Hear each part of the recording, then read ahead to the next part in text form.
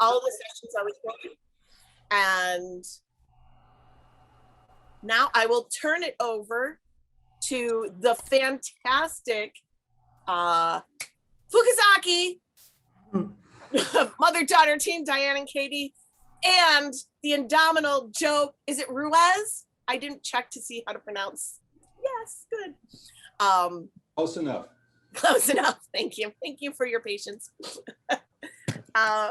Who are going to give us an amazing session, business education, design thinking, from insight to innovation.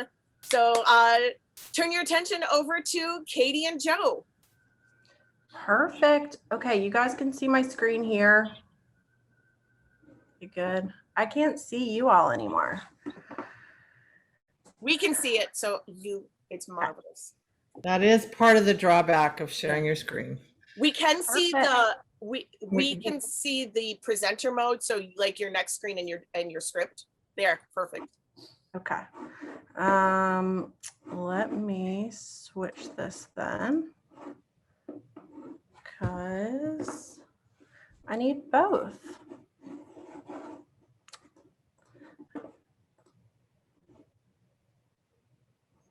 Good morning, old friends and new. There's lovely faces here. We're delighted to see so many of you and new friends as well. We are going to introduce ourselves and get underway. Okay, so can you still see my notes or no? Nope, it's gorgeous. We have Well, then with this shift, I'm looking on my second screen, so I won't always look at you, but looking at my notes as well. So good morning to everyone. We are so excited to be here and talking about business and education, design thinking from insight to innovation. It's becoming increasingly recognized that innovations that succeed follow systematic, rigorous process of need identification, hypothesis generation, testing, learning, and iteration. There was an article that came out from Bain a couple years ago that said it takes about 4,000 ideas generated to make one commercial success. And I think you can think about that from an educational perspective as well. What we know is that companies and institutions are hard at work in their core businesses, creating their function, their modalities. And we also know that systems need to be in place to continually refresh ideas. We like to think of it here in the CPSI community, of course, as future-proofing. And we have found in our different sectors of the world, which span between business and education and the intersect in between, that design thinking is an unbelievably useful system, process, pillar, framework, pick your word, for tackling problems that are ill-defined, unknown, and we can frame them in human-centered ways. And so that is what we're going to be tackling today. And we are so excited to be here. It is awesome to see some familiar names, some new names, and good morning. So I am a proud graduate of the International Center for Creative Studies and graduated in 2019, where I met Joe. We both happen to be in Richmond, Virginia, but met in the graduate program. Forever thankful for the learning in the community. I am the Director of Strategic Solutions at Unbox Training and Technology, which is a technology and learning and development consultancy here in Richmond. I work with a select group of global Fortune 500 organizations, and really one of learning and development's primary responsibilities is to manage the development of people and ultimately to do that in a way that supports business objectives. And so that is what I'm doing in my day job. And then I do teach at the Virginia Commonwealth University School Scene of Business in the Management and Entrepreneurship program. I teach creativity and ideation. So again, I do kind of span both worlds and excited to share with you the insights. I am taking my business persona perspective today and sharing some case studies that we have done with some really large organizations in design thinking, bringing this to life. So my co-presenters, Diane and Joe, will do a quick intro. Hello. It's my pleasure to be back. I too am a proud graduate of the Buff State program. However, 40 years earlier, 1982 graduate, I had the privilege of studying with Sid Parnes and Ruth Knoller. I'm a professor of education at James Madison University. I think the other personas that matter here for this conversation is that I am also president of the Virginia Partnership for Out of School Time. I'm a founding member of an organization called On the Road Collaborative, which provides after school and summer programming for kids. And I am the chair of the Harrisonburg Education Foundation. So I live deeply in education and the transformation of education on lots of levels. And that's what I'll be bringing today, along with just delight to be able to see you all. Joe? Hi, I'm Joe, and really, CPSI was part of a pivot for me. I was in business for a number of years, had my own business, and got involved in education. I also teach at Virginia Commonwealth. I teach creativity and ideation. And at CPSI, I attended a workshop for Lego Serious Play, got excited about that, got certified in that, and then said, oh, what the heck, I'll just get the master's. I had an MBA, but I now, Katy and I were peers together. So my new mission in life is helping to prepare primarily students, but also individuals with 21st century skills for surviving in this new, uncertain, complex, ambiguous world. Delighted to be here. Great.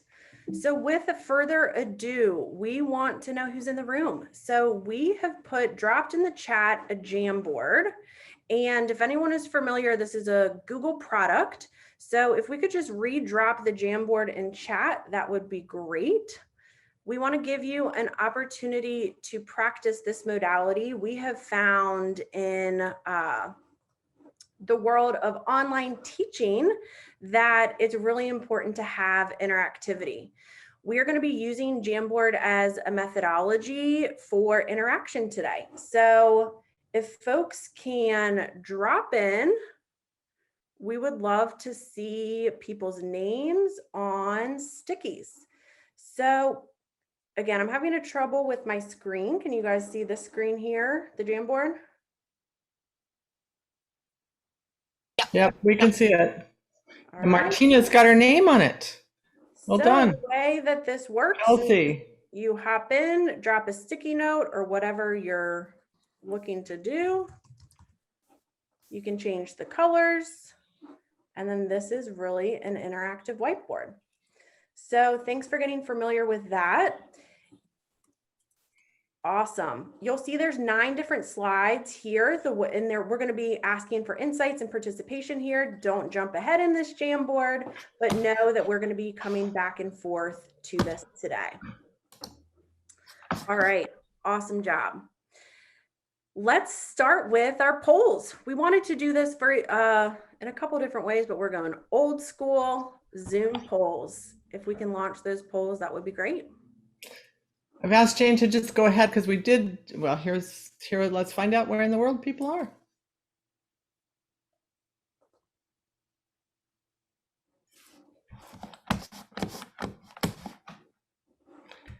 And then Jane, when you have a sufficient response, just go ahead and show us the results of that.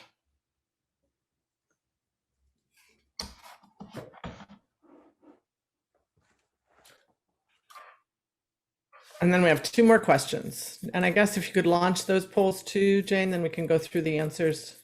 Or do we have to keep them one? Here we go. South America, Europe, Asia, Africa. Truly a CPSI event. It's wonderful. For those of you who are with us when Sid would do this at the opening session, it's really homage to him. And the second poll, Jane?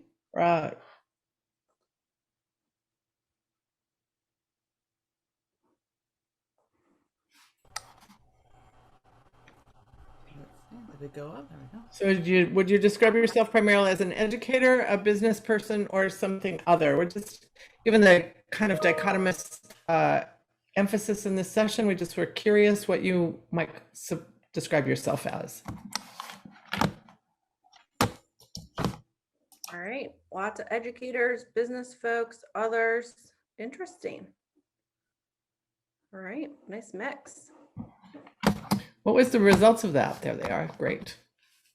I'm having a hard time with Zoom. I can't tell what screen you guys see of mine. Right now it says who is with us today. And then the third poll. or just interested in how familiar you are with design thinking, human-centered design, so that we can moderate some of our content based on the audience. Katie, right now we're seeing the screen. I think you want us to see. It's just one slide. Perfect. Thank you. All right. Fantastic. Perfect mix. Great. Okay. Well, let's dive into the learning objectives. We are using a methodology learned at CPSI, the what, so what, now what, which I absolutely use in the business world. These pictures are just for fun, but ultimately we are really excited to share with you what we consider principles and process of human-centered design thinking. We're going to use those words a bit interchangeably today. A lot of what you're seeing, as you know, in the world of creativity comes from so many different folks. It comes from the historians at Buffalo State. It comes from the folks at IDEO, Harvard, and some of the fantastic research that's coming out from those schools are all represented here. And so, you know, it's very much a crowdsourced material from that standpoint. So we're excited to share with you what we're thinking through, what are key principles. We want to talk about the so what. Awesome to think about frameworks, methodologies, principles, but how does this actually work? We are really, really excited to share some case studies with you on how we have brought this human-centered design and design thinking to life in the business context and how we are using it in the classroom. The now what? We want you to be able to take some of your insights today, either back to your organization or to your school. So without further ado, let's jump in. The what? Principles and processes of human-centered design. It starts with mindset. Absolutely.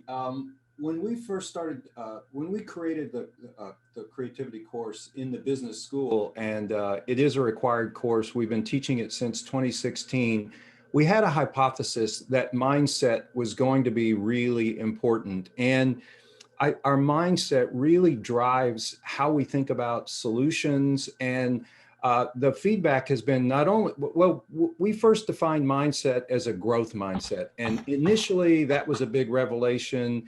These days, it's less of a revelation and more of an assumption.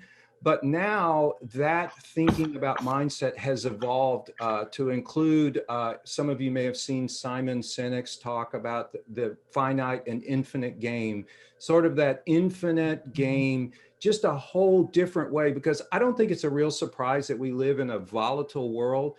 And this whole idea of what do we hold on to, what do we change, and what do we just redesign? And Katy and I have done all of that in the way we think about this particular course. And so we really find that what we want to do is we want to show and we want to let students and business people both experience this. We don't want to just be a sage on a stage. We want it to be experiential. And so what we believe firmly now is that the way we think is either going to nurture us or it's going to neutralize us. So Katy, that's mindset. Thanks. And, you know, Carol Dweck brought the whole idea of growth mindset to us in such a fashion that was really consumable.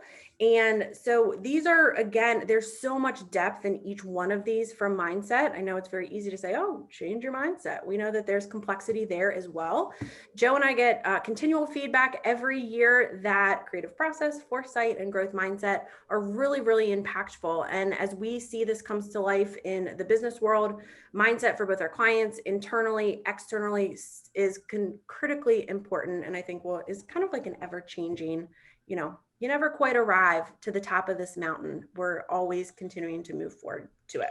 Let me offer here also that when we were putting this together, when we look at the mindset of embracing ambiguity, this is where we can anchor back into the work of Paul Torrance and some of our founders from this school, an approach to creativity, who were identifying what are factors and characteristics of creativity. And so I think Torrance today would absolutely embrace the notion of mindset. It shows the evolution of our work over time. For sure. Great ads. So, some of this thought comes from IDEO, again, different pillars that hold up both in the education space and the business space. Ultimately, human-centered design is uniquely situated to arrive at solutions that are desirable, feasible, and viable. By starting with the humans, their hopes, their fears, their needs, we can quickly uncover ultimately what is most desirable. But that's really only one lens that we look through for our solutions. Once we've determined a range of solutions that could appeal to the community that we're looking to serve, then we need to start to hone in on what is actually technically feasible. What can we actually implement? How can we make the solution financially viable? It's very much a balancing act, but it's absolutely crucial in designing solutions that are both successful and scalable. We've just talked to you about principles, and we're kind of bucketing them into two. One is mindset, and this next is what we call these three principles. There's phases, there's principles, there's frameworks. It gets complicated. However, first and foremost, and one of the largest differences is this human-centered piece. Is it desirable? Do people actually want it? We want to now put some juxtaposition on these principles of human-centered design with processes we know it in the CPS community. So again, desirability, starting with the human. Is it viable? Is there business? Is there context? Is there feasibility? Is there technology? Is there means? Can and do we actually want this? So let's talk a little bit about the foresight model. So, creativity has been studied for many, many years. So many of these pieces come back to Alex Osborne and again, kind of the founding team here in the Buffalo community. And we know that this model continues to have adaptation. I love the work of the foresight team and some of their language around this. And they call their framework, and I believe they call it actually a framework, is that this is really, creative process is an intuitive process. It's a democratic process, and one that we can all engage in during challenges. And so many of us do this regardless. So again, it's clarifying the situation, generating ideas, developing solutions, implementing plans. And in short, what do we need to do? What might be all the ways we could do it? What might be, does the solution work, and how can we make it better? And then let's go. And again, I know that we have seen this come to life in the business sector with real success. However, I think there are some really interesting additions that layer on from a design thinking perspective. And you can probably quickly see what those differences are, even in just these quick high-level models. First and foremost, going back to this notion of desirability, that starts with empathy. And I think that is one of the key differentiators, is who are you actually designing for? What that solution look like?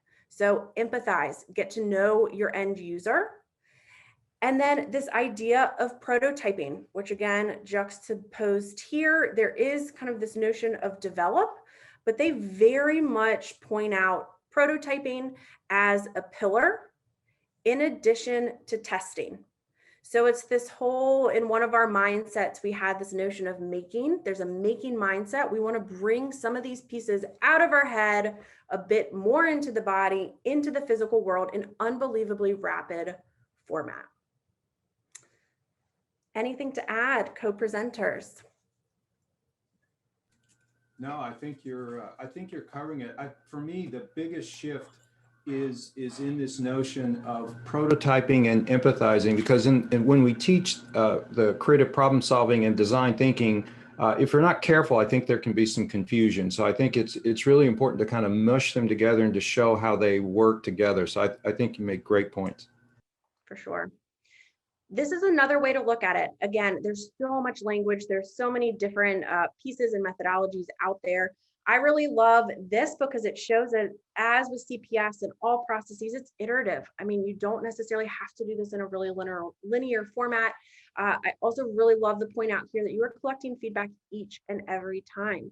This allows us not to get too far down the path, and you get to bring feedback to life. you can see some activities are listed down here, what you could do in each area.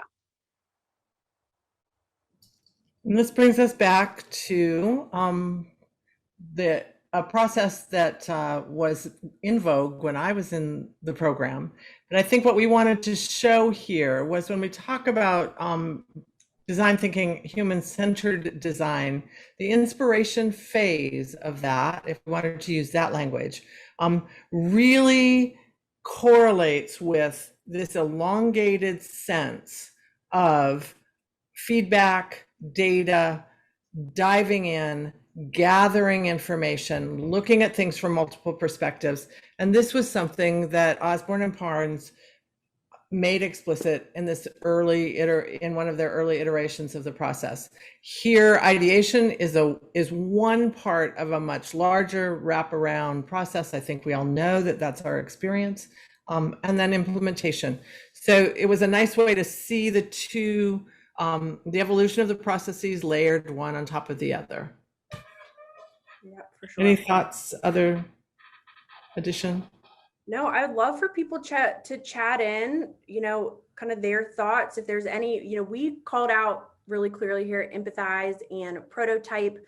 For those either new to this experience or longtime experts, curious if you guys see any additions within evolution of creative process, any differences or things that you guys want to highlight or share via chat.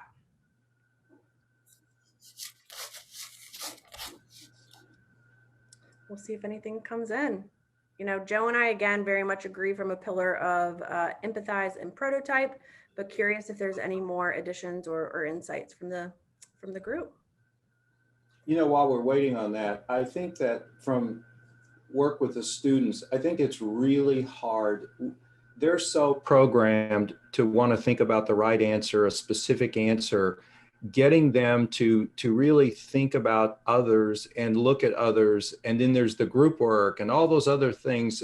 It really is a process that requires a lot of consistency, a lot of discipline, and a lot of patience.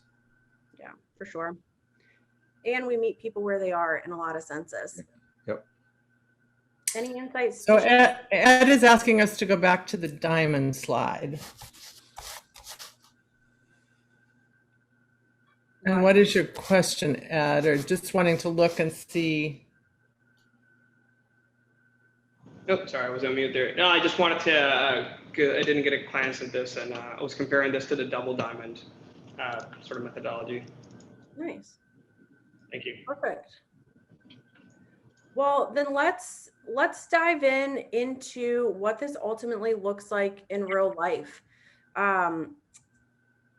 And I'm going to use kind of this framework here, again, mixing a little bit of design thinking, creative process, and now really bringing this to the business world.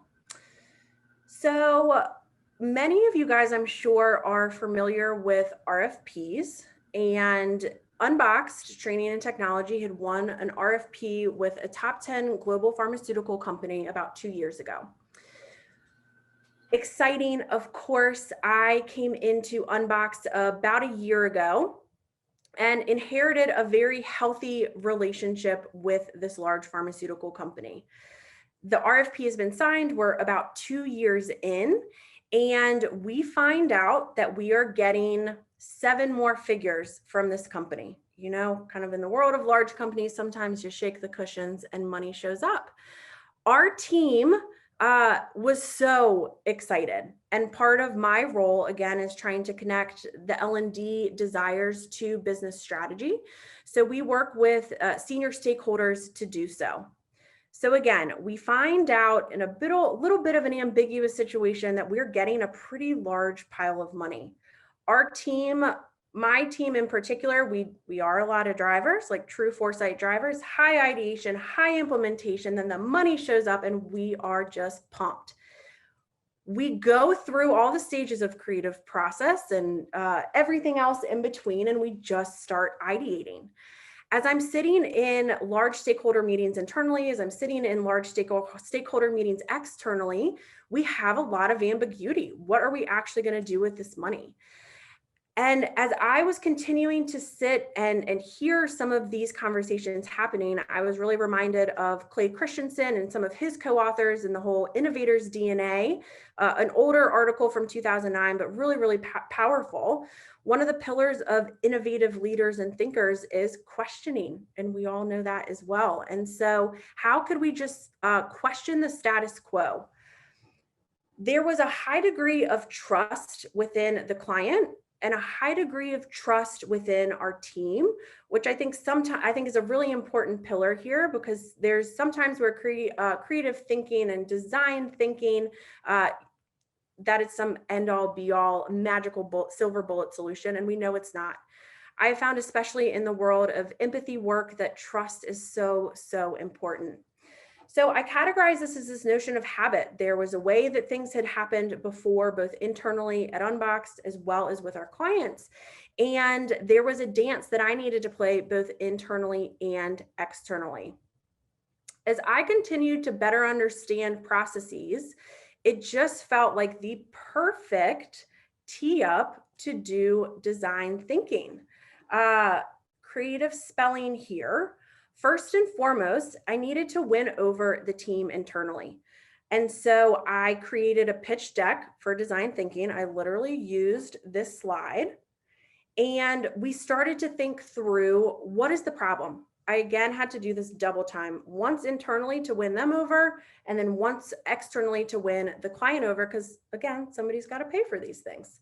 So we built the problem formulation internally. We built the problem formulation externally. We came up with some really, really strong challenge statements, again, internally and externally. We built out a deck, pitched it. We won, of course. We built out a phased approach. This was not a quick project. This took over 7 months, ultimately, from inception to delivery, and we'll be delivering into 22 with testing and iteration at the end. And then we really started to dig into qualitative data. Once we got the client on board that this was a great methodology to figure out how to spend this money for the actual end user, we dove in. We had interview after interview after interview, all via Zoom, all remote. We recorded every session. We had a bucket of questions. We let the interview go where it went. We then took that qualitative data, put it through a transcriber. We used a system, a software called Lucid Spark, if anyone's familiar, very similar to what you're seeing in Jamboard, where we took a whole team behind me here, keep in mind as well. We took all of those qualitative insights and we started to build themes. You'll see the quote here below. There's a famous quote, somewhat dubious, attributed to Henry Ford. If I asked people what they wanted, they would have said a faster horse. And it is an adage, but it is unbelievably true. The qualitative component of this, diving into the end users, building the empathy, pulling the insights, we have thousands and thousands and thousands of electronic stickies, which we started to tag and build thematic insights. With those true insights from the end user, putting on our empathy hat, we started to ideate. Being the driver I am, I was a bit disappointed, I guess you would say, on how muted the ideation was. And that's ultimately because with so much qualitative data, which really understanding the end user, our solution was pretty clear. That it was just glaring what we needed to do. Again, there was some dancing internally, externally to build synergy and desired commitments from each of the groups. And then once we had that, we started to prototype. We're continuing to live in this phase of iteration. We are in sandbox. Our users are playing around with it, but we moved from insights to ideation to prototype unbelievably quickly. We have spent the last 3 months sharing our prototyping, testing it, building client observations, and iterating. So while this looks like a slightly clean journey, and sometimes these processes seem so clean, it's not actual, but it has just been absolutely amazing to see 7 figures get spent with ease in some senses once we actually figured out we were solving the right problem. some of the questions I was asking myself were these, what are the problems we're trying to solve? How can we address and take some of the advantage of business opportunity? Where are the desirable, feasible, viable options here? What is at risk of doing nothing? The power of that is unbelievably true, especially in the business sector with such an ever-changing environment. And then there's got to be value within it. So, that is part of the journey that I was on. Again, some of the key takeaways here is strong trusting relationships, I think was really important, both internally and externally. Building out that really strong innovation narrative, I think was also unbelievably important as we go and sell the ideas. We did adapt some. This kind of comes from the sales methodology of Challenger. It really is that price. If you don't change, what's going to happen? And again, just having this notion of desirability really at the center of what we are doing. We were building for the end user. And in so many ways, this has fundamentally changed the way we think and work in both the product and business environment at Unbox. And it's 100% changed our thinking, our mindsets, and our methodology with our large global pharmaceutical clients. There is so much more detail. There's 9 months and a team behind me building all of these pieces out. And so there is so much more here, but excited and happy to share some of these components with you. With that being said, we want to go back to the Jamboard and give you a moment for reflection. So if we want to put the Jamboard link back in the top of chat, I will pass it over to Diane to talk to us about our reflection activity. Great, thanks, Katie. So hopefully you've had the opportunity. So if you can click, what we're asking you to do is go to the Jamboard.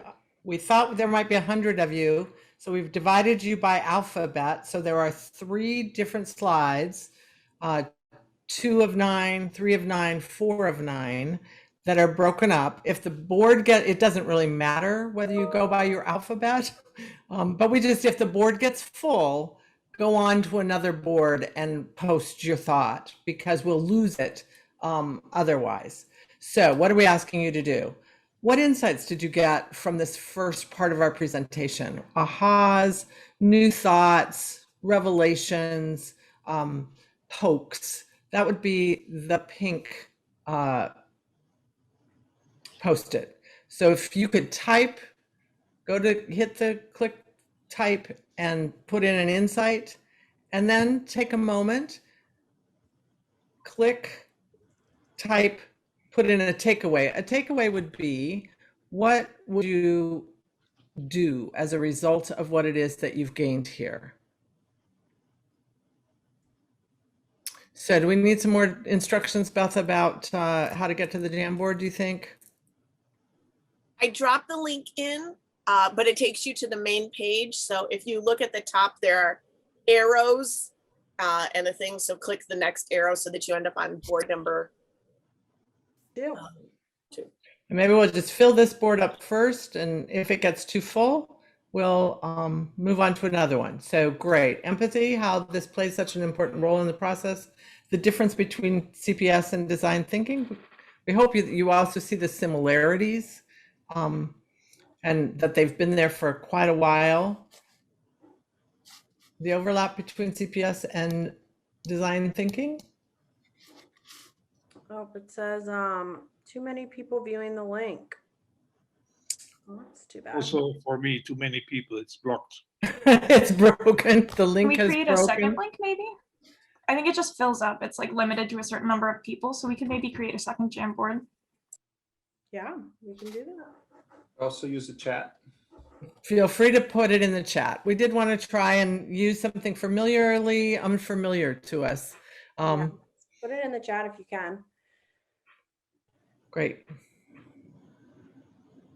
Actually, this is a really important point because we experience this in class all the time. And I think we've learned to embrace this and not do our best to avoid this, because out of these things, it forces you to learn things. And this is where mindset comes in. The old me would have just been passing out about right now, because it would think, oh, this isn't polished, this isn't working the way I planned. The new me goes, oh, this is really fun. Now we're going to learn something. And I think for those in education, if you're not thinking that way, you'll never get this across to students, how important it is. You can't just tell them to think this way. You've got to get messy with them. You know, you kind of got to get in the sandbox with them and play around. So a fair warning, I'm an ideator and I'm from Texas, so I don't finish sentences and I mix my metaphors. And I'm going to add to that, Joe, because what we'll see in the iterations, hopefully will be like a live sort of human-centered design here, because if we keep using the Jamboard, we're going to see iterations and we're all going to learn, you know, because each of you are having your own experience with this and making sense out of it at the same time. This is my education theories of learning professor hat. So this is awesome. Look at this board develop. Hopefully everybody's being able to get in here and you're capturing your insights and takeaways. And we're going to iterate throughout our experience a couple more times using this tool. Looks like I'm able to add some of the, I love, you know, Joe, I think you said, you know, this is either going to nurture us or neutralize us. Absolutely. This notion of messy is so true. And I think that goes back to vulnerability and bringing in some of Brené Brown research. You know, on the other side of vulnerability is creativity and innovation and joy. And it is messy, which I also see in the chat. But I do find the notion of vulnerability, I think, is really, really important, especially as we continue to iterate. Laura says she's on a board all by herself. She probably followed the first directions and no one else is on that page yet. Wow. All right. And we've got some great things in the chat in terms of insights and observations. We're grateful for those. Hopefully people can capture them. We've learned something about how much a Post-it note can hold. Katy, who's running the board? Are you, Katy? Can you click on to the upper caret 2, 3? Let's see if anybody's on another page. See, another page is filling up while we're not even looking at it, which is another great part of working together, trying things publicly, and getting better at it as we go. Katy, there's a question and a request that you say a little bit more about the prototyping and testing. And Jeff, I just want to acknowledge your comments here. I think really succinct. Doing your pre-work, defining, articulating problems, having skilled facilitators, using clean and clear, simple structures is so important. Yes, I can talk a little bit about the prototype phase. So we really did similar to these pieces. I have, unfortunately, this is all proprietary information. I have so many different artifacts I would love to show. So much of it went from LucidSpark, which somebody said that they were having trouble with it. It is tricky. The benefit of LucidSpark is you can tag insights. So there's that. So we took those insights and we very much went from literal whiteboard, just looking at page after page after page of sticky notes, similar to what we're doing here on the Jamboard, saying, oh my gosh, this is one way it could look. We went to the actual whiteboard, and there's a team, of course, doing this. We mapped it out. We drew it out. We took pictures. We texted them to our contacts and said, you guys, this is messy, but what do you think? Again, that goes back to that trusting relationship. From there, once we refined our literal whiteboard, we moved it into our skill set, which is PowerPoint words, building out the narrative. We then sent that to our designers for them to really bring prototypes to life. And then we presented that narrative with a business case back to our stakeholders. And so I hope that gives some context into, you know, what we've done there. We are now in kind of live sandbox environments with both technology and content, a bit of a complex project here, and we're iterating. So we have allowed some of our really engaged stakeholders that we met throughout our empathy process to be really interactive. We are continuing to offer insights and feedback and iteration from that standpoint in an electronic format, where then we take all of those insights and prioritize the feedback with our senior stakeholders. Katie, Sharon has a question about, and is asking if you could talk about trust with the client up front before the project begins. Yeah, for sure. So, you know, I think that there's different needs for different types of projects and different types of clients. For us here, from a company perspective, this is really a marquee account. It's a strategic account. And I think from a value perspective, we're really, really aligned, both on learning and development. And I think also just from a team synergy, our team internally, their team externally, we're aligned. I think trust is so important because, as some of these sickies are saying, it's iterative. Trust is important. There are so many perspectives. There's 7 figures of money involved. You know, there's just a lot of ambiguity, you know, kind of going back to this notion of mindset, that there has to be immense trust in such a large organization to move slower and for it to be really messy on the front end. And so I think having that true partnership and true trust to know, listen, you know, we don't fully know what the end result's going to be, but we feel strong about our process. We feel strong about our team. I think really allowed for us to keep some of the ambiguity, some of the stress and anxiety for both of our stakeholders internally and externally to a minimum. So I hope that makes sense, but it's just because there's a lot at risk in the world of ambiguity. So I think trust is really, really important. Great questions. All right. So that is the world of business. And we so appreciate your insights. And we want to talk about this in the world of design, in the world of education. Yes. As I mentioned, for me, this has been a pivot and a shift. And so I really view my role as disrupting education, especially in the business school. You know, it's the whole notion. I love the sticky I saw on the board that talks about the risk of doing nothing. I think in so much of the old world, when scale was and strategy was all about scale, you thought about doing everything as a risk. And I think that Circuit City and Sears and Kmart and some others now recognize that probably the greater risk is not doing anything. And so really what has evolved in this is thinking about this class as a learning laboratory. And in that way, essentially, if I wanted to start mixing metaphors right in, what I'm trying to do is I want to invite the students into the kitchen to watch this being made. I don't want to just come out and serve this to them on platter. And the other point is, we almost felt like we had to apologize when we were bringing in different components other than design thinking framework. And this is an example of what we struggle with a challenge. Struggle is the wrong word, but a challenge is, how do you really get mindset to engage with these tools? And so we're so used to, in education, having, and in business, thinking episodically. I'm going to do this project, it's going to be over, and then we're going to move on. Whereas in our world, we really have to think like scientists, where we're always generating hypotheses. And someone talked about, how do you build trust?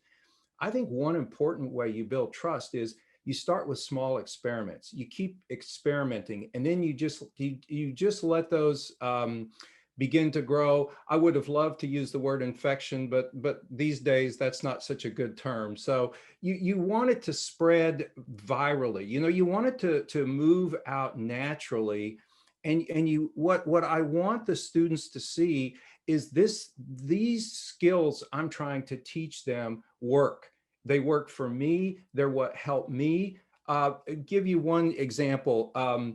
For those of you in education, you know what a learning management system is. Blackboard is notorious. There's Canvas. At Virginia Commonwealth, we've gone now from Blackboard to Canvas. Well, when that happened, basically, Katy and I sat down and just redesigned the course. We didn't just take what we had and put it in there. And I make a big point of showing that to the students. So one way I tend to think in terms of metaphors. And one of the things I like to think of is, imagine a bicycle going down the road, that cycle. You're moving in cycles, because I love what Katy said about mindset, that you never get to the top. But if you're now, if you're thinking that way, that's that infinite mindset. And we all know that creativity comes from being able to connect different things. And the research says that when we're in an environment like we're in, this volatile, uncertain, complex, ambiguous environment, that the more things you know about anything, the more equipped you're going to be in order to face these challenges. So in our classes, it's in the business school, but we have different disciplines. And so what I really want to do is I want this to be relevant, and I want this to be practical. And so what's kind of cool is when we first started thinking about design thinking and how it fit into this laboratory, if you will, it was a project. It was a module. Okay, we're going to get to design thinking, and now bang, here it is.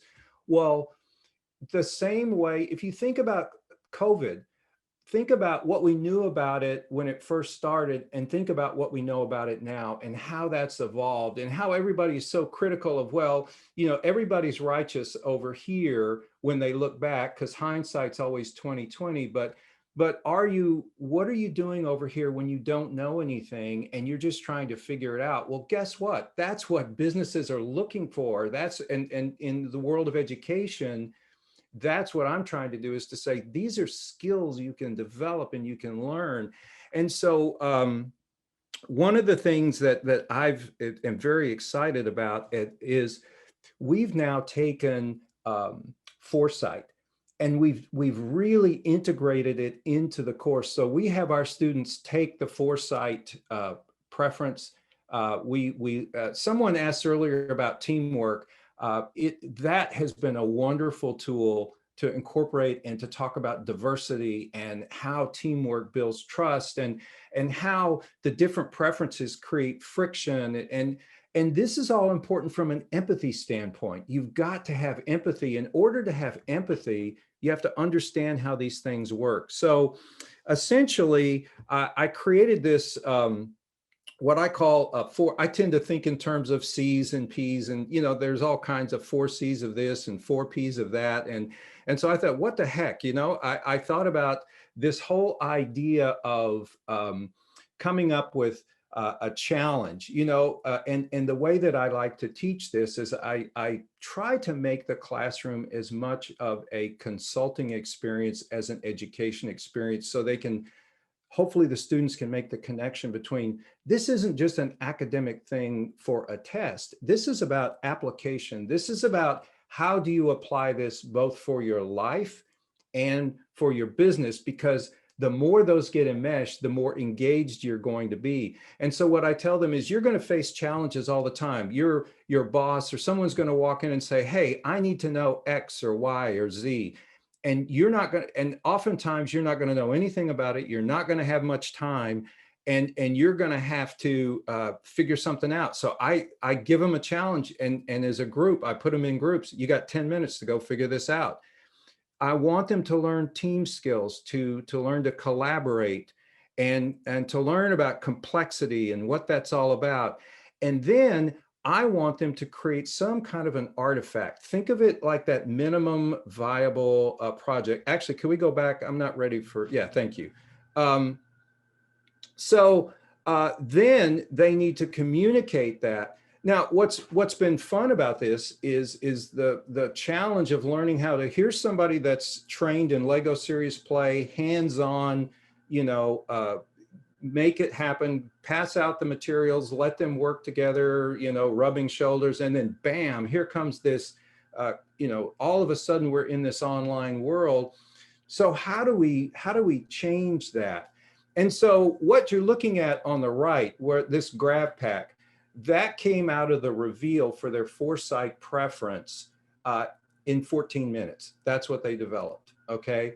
And then the Convert-A-Cart came out of a separate design thinking activity. So now the course has evolved to where there's still this design thinking assignment that focuses on that, but now we get into design thinking right away at the beginning. And what I'm trying to do as well is I'm trying to encourage the students to be outlandish. I don't want them just to be looking at, you know, how do we take this parking app and do something else here? And so I think that it's really important to have a framework, because I think that the framework gives credibility, but I think that I want them to understand that I don't want that to be a limitation. And so we spend a lot of time with them expressing, articulating. I like the idea of, I use the term artifact. You can substitute minimum viable product for artifact. And so what I want them to do is to see this at work. I want them to see how it's relevant. And so one of the things, and I want them to see how this, I talked about this being messy. And this is where I think that, you know, being messy is really important, because out of the mess, things happen, and we're never quite sure. I think back to the quote that Katy used earlier that's attributed to Henry Ford, the whole idea of, well, if I ask people what they want, you know, then they would just want faster horses. And so in this world that students are being prepared for, if you think about the challenges they're facing now are disproportionately higher, and there really isn't an answer anymore. It's all about coming up with you know, solutions that we don't even know exist. So I want them to feel a lack of constraint, to use their imagination, to try different things, to let things happen. And so I want them also to understand that it's okay to experiment, and it requires patience. And you can just see how all of the different skills that we're talking about fit so well into what we call design thinking. And so if we can go to the next slide. What I did was I went to, I started back to experimentation. I try stuff and it works. And I tell the students that I'll try this, it'll work. If it does, we'll keep doing it. If it doesn't, we'll change.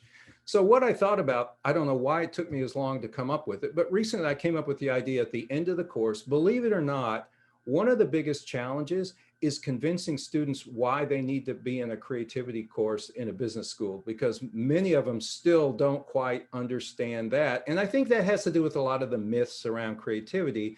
But what I said to the students is, I feel so passionate about this.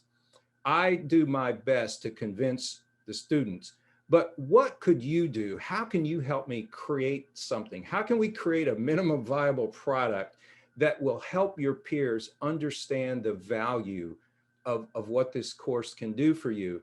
And so if you look at these two, what does my heart, what pleases me so much is the things you're trying to get across. You see them start to come back. So if you look on the right, that headset thing, that came out of their design thinking project. On the right, we do a lot of hands-on creative stuff, but we're also trying to show them that that there are a lot of ways this can work. And to my great surprise and delight, I consistently find that one of the big areas of feedback from the students is their appreciation, their newfound appreciation of working in groups. For those of you in education, you'll know that that students view group work right up there with slamming your hand in the door. You know, I mean, they just do not like it for a lot of valid reasons that some business people don't like it either. But we found that this idea of being thrown into different groups, again, my philosophy prior to COVID was putting them together in groups and leaving them that way. So I like to show them how things change. I like to show them how their feedback impacts things. And so what I want them to see, yes. I'm going to pause you there. Okay. Just from a timing perspective. Oh, sorry. I think the other thing to just mention from on Joe's behalf is that he is doing this all online. So he has about 50 students. He's now figured out how to do challenges, collaborate, construct, communicate. The more C's were being added, coaching, consulting, confetti. So this is a framework he's 100% done virtually, which is amazing. And then to speak from a modality perspective around these artifacts, this is with Google Draw. So similar to what we are doing from Jamboard, it's free, it's a Google tool. This is also Google Draw. These are like true artifacts that are happening from a group perspective and building on all of these pieces from the mindset to methodology into different modalities. So, and I would add that to Joe's point, we're about teaching them the how to, the what next, the where do you go from here, and that learning, to my polarity friend Liz, is the opposite of knowing. It's on a scale, and kids come into situations, adults too, I teach only graduate school, thinking knowing is what they're bringing. And I think Joe's does a beautiful job of bringing them comfortably into learning. And that's the work we do in education. That's the outcome we want. And that's the value proposition going forward. So these are tools that are being used, design thinking and human-centered design, to bring those users, those humans into comfort with learning and pacing and doing things so differently than any of their other business courses, I'm sure. That's for sure. And Liz saying, therefore, learning is an important partner for knowing. And it's so, so true. So as Joe, anything else to wrap up here? As No, we I think that, yeah, my last thought would be those slides. I think what they show, they just reinforce the journey. You just see where the students start, where it ends, and it's just very satisfying to see that and to have them say it. And I show those to the incoming class, by the way. It's been really helpful. Yeah, for sure. And it's a journey. I mean, you can kind of tell people are a little weary in the first couple weeks, but we've got 16 weeks with them, and it's really, really an amazing transformation evolution. So similar to how we have now shared kind of our key principles for design thinking in both the business sector, presented a bit of a case study. We have now done the same with what we're doing from an educational standpoint. We would love to hear your thoughts on the Jamboard, starting on slide number 5. What are some of your insights and takeaway? Or chat them in. I saw some amazing chats going on as well. And again, you can just scroll over to slide number 5 if you still have the ability to access the Jamboard, but interested in your reflections. It's okay to be messy.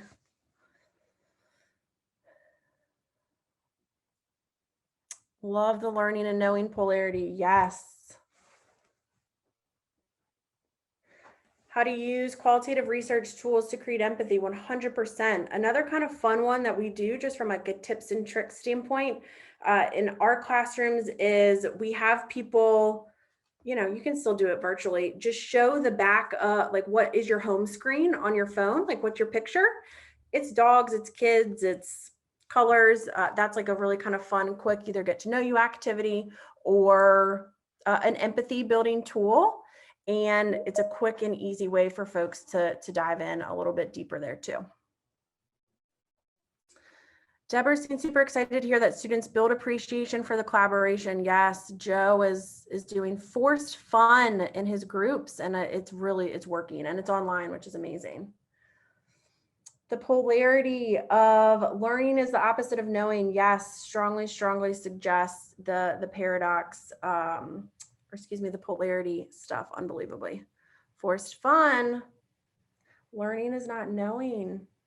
How to tag efficiently. I'm happy to dive a little bit deeper into that. That's very much kind of what I think Jeff was saying in some of the chat. You've got to peel back. It's kind of like our first instincts. Sometimes they're right, but sometimes if you dive deeper, you can really better understand what people are needing. And from there, insights start to come out and new kind of tags or insights build. Constraining time. Creativity loves constraint. COVID has been such an accelerant, but I think we have very much seen that it's a constraint and it drives creativity. Mindset's important. Inviting them into the kitchen. Absolutely love this. Great. So I think we're ready for the breakout, Katie. We are. Yep. So I think Beth.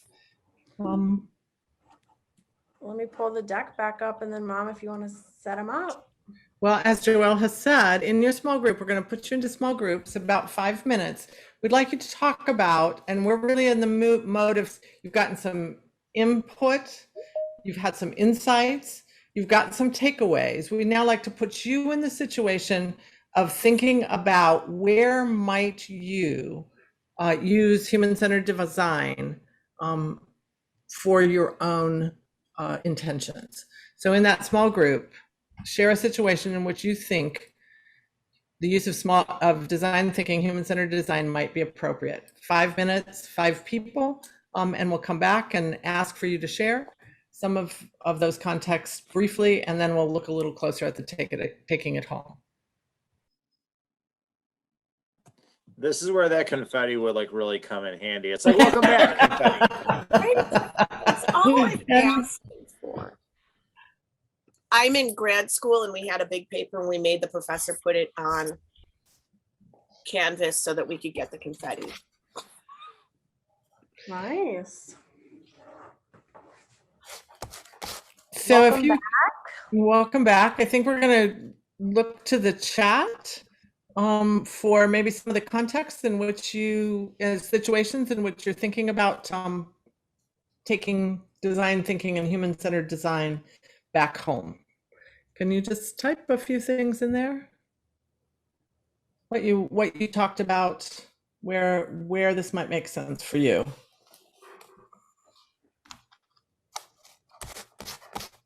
Or if people want to come off mute, quick, rapid, succinct. We'd love to hear, where some folks may think this can apply. Working on a common framework. Walt is saying good framework to stay focused. Grad class in leadership and innovation can be applied there. Using the frameworks for a consulting course, yes. Using the framework in my student consulting course.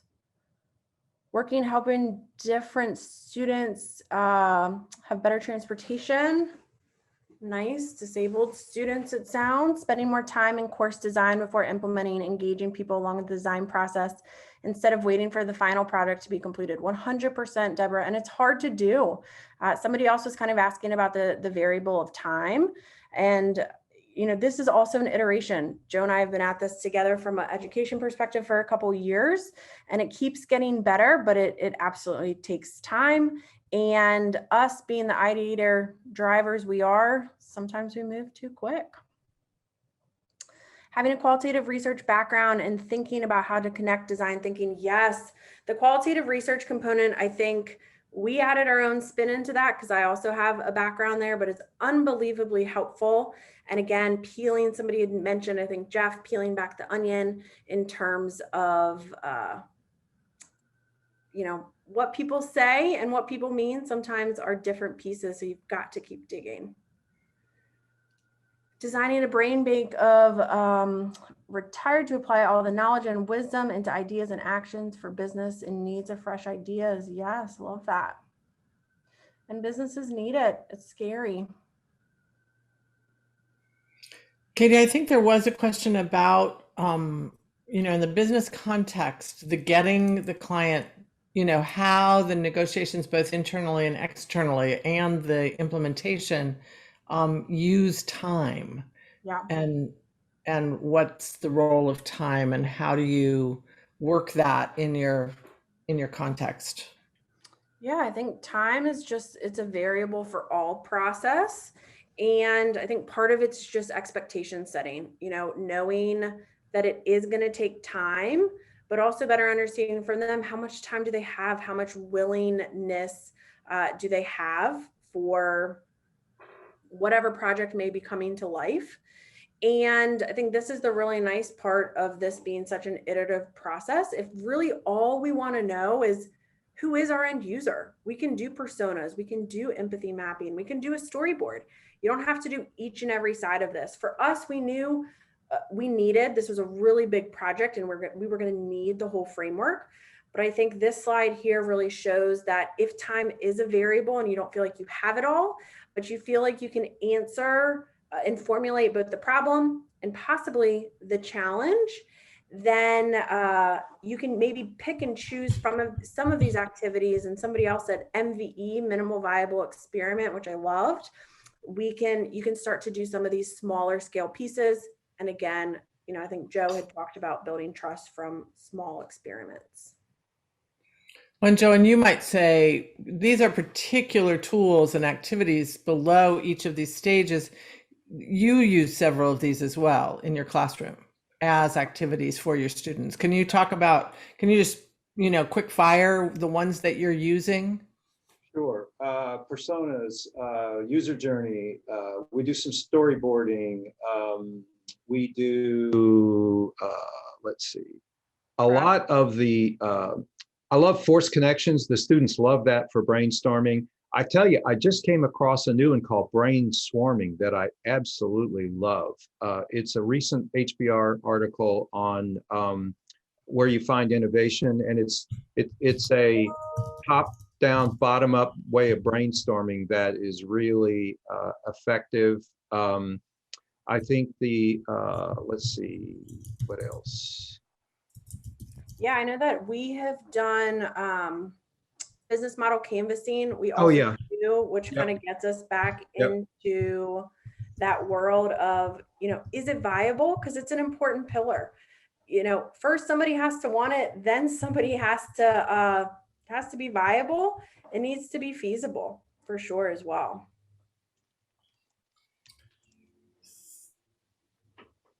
Yeah, it's brain swarming. Perfect. It really it starts with a goal and then your resources, and some people can start with the goal, like the Titanic. The goal, save lives, resources.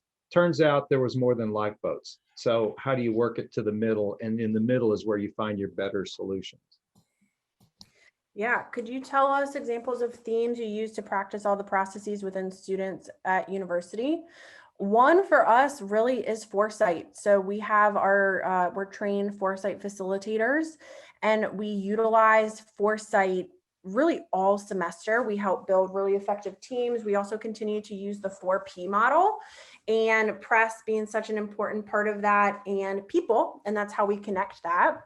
So as Joe shared on some of his slides, part of some of the foresight activities are already built in. So you do kind of quick prototyping. We also have done some challenges with design thinking with shared pieces. So food waste, what might be all the ways that we could reduce food waste? And people do empathy interviews around that. Another big pillar lately is this notion of fast fashion. And, there's clothes being made all around the world, the economical impact of that, the human, civil impact of that, as well as the environmental impact of that. We start to dig through fast fashion and build challenges from that standpoint. Those are some of the things I have found success with. And then part of it is also how to interview, how to get a job, how do you network in a super remote world?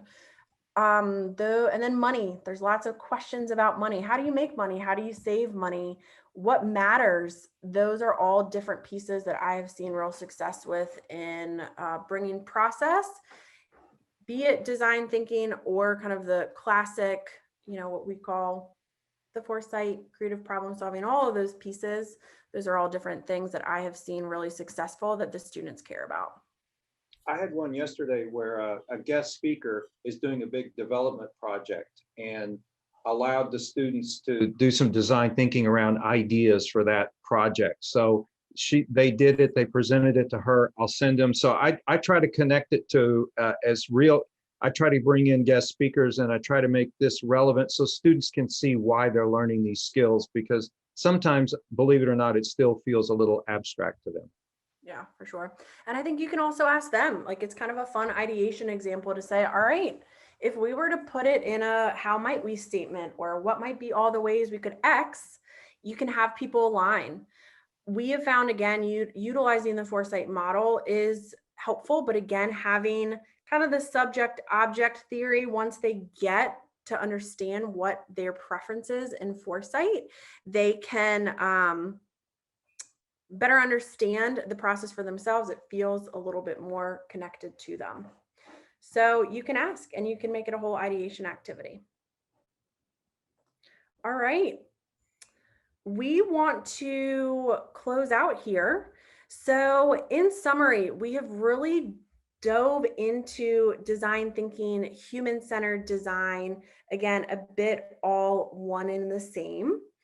And these are some of those key characteristics: empathy, understanding, and really sharing the feelings of others. You can do this through customer observation. You can do it in your own community, in your own world, in your own relationships. It really starts with empathy. Defining the challenge, clarifying, understanding the root causes, digging deeper, peeling the onion back, unbelievably important. Rapidly developing solutions in ideation, lots, as we know, quantity brings quality in the world of creativity. And then as quickly as we can get out of our head and into the real world of making and prototyping is exciting. So for this idea of fast fashion, we have them really go through design thinking in this way. And then if we're in the actual classroom, there's stuff and they can build different creative solutions and prototype them and show them to their client. Online, we are doing this via Jamboard. We're doing it with Google Draw. We're doing it through the artifacts that Joe was talking about in collaboration environments like Google and Zoom, building those prototypes. And then you're testing and refining, ensuring, building, getting feedback, carrying on from there.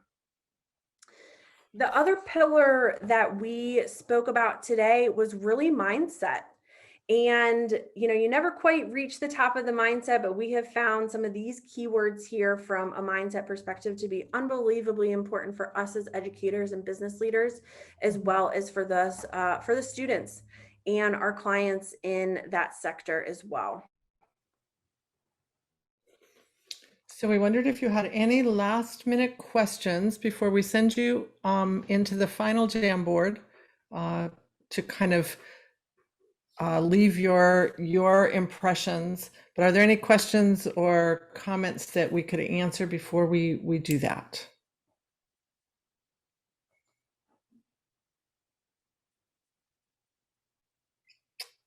Okay, Katie, I think people will gain from the opportunity to do that kind of reflective last Jamboard. So if we put the Jamboard link once again into the chat and then go to the tweet.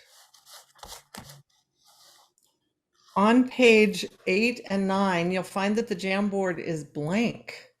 But we'd like to ask you to, just in closing, tweet the essence of what you're going to take away. And if you can do it in an I think I am going to do prompt.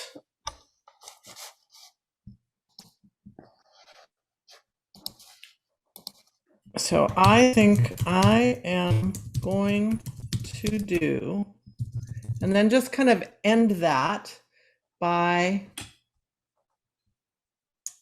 putting a Post-it here.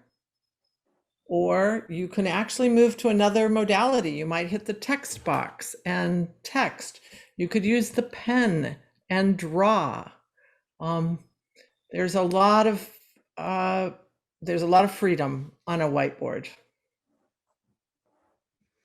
The idea of the tweet was obviously you have 120 characters.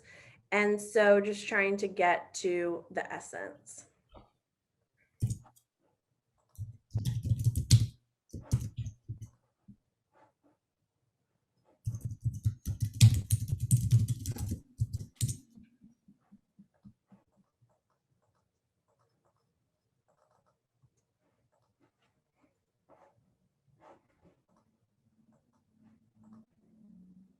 All right, we've got somebody in here. I'm going to experiment with more ways to build trust. Nice. If you are actually tweeting, tag CPSI conference. That is our hope, that you will actually tweet. CPSI appreciates that. And there's the squiggle. Outlandishness. I love somebody's interpretation of the squiggle here.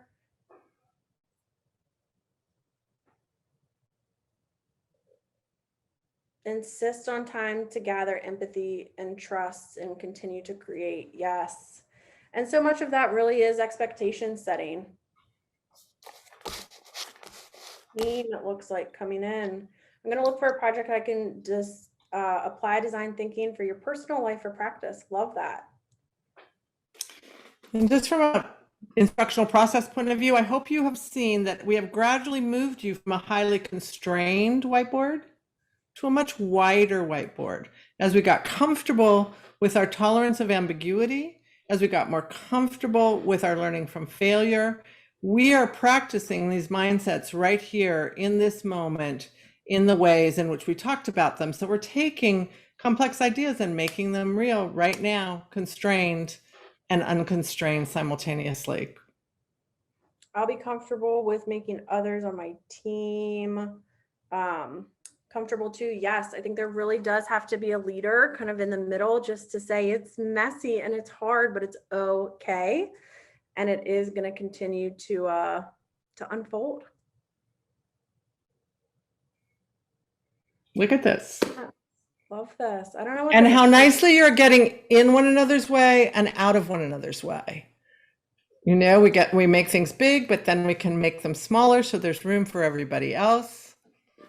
New self-designed final assignment. Would love to hear more about that. Create the methods to handle the mess. Get better problem statements. Yes, the problem statements are unbelievably important. And again, I think another thing that I'll tweet out here. It's a team sport. I brought to the team vision and steadiness, and I had a whole team behind me who were in the nitty gritty, in the details, who were writers and designers and technologists. And we very much came together to pull off a 7-figure project, which, you know, isn't going to be the everyday project. It would be fun if it was, but it very much a team. There's people with different assets that, you know, we dove into. And I truly, the Henry Ford thing, it's so actual, even through all of those insights and the thousands and thousands of sticky notes that we have on that Lucid Spark board. Nobody actually said what we built. Underneath it, they absolutely said it. I think Steve Jobs has a piece too. Nobody said they wanted an iPhone. He just saw the pieces and built the associations, which again comes out of the Clay Christensen and team pieces from Harvard. Innovators. Yeah, Foresight is real. I have my group go through Foresight. I think we all really use that and find it very valuable in both our teaching and our business work. Absolutely. And if you are an educator, there is education pricing, and Joe and I would be happy to chat with you about really more of the deeper ways we're using it. I don't know how we capture. Well, I have this Jamboard, so we can. Yep, we'll send this all out. The Jamboards and the deck. So we'll get that to Beth and her team, and or we'll send it out. Yep. Harry, perhaps the right question for Ford asks is, why do you want to fast a horse? That is lovely. True. Glitter for Beth. I think we're getting very close to the end. If we had glitter, it would be glitter and confetti. glittery confetti. Joe, it was great being here Well, with you. this is us. So if there are questions, we are here to stick around for a couple minutes at the end. Reach out to us. We would love to continue to partner. We all are, we're here to help in whatever world that looks like. I will say my company does this work for a living. So if there's interest in having a professional team come in, we are here to do so and carry on to dive into the education.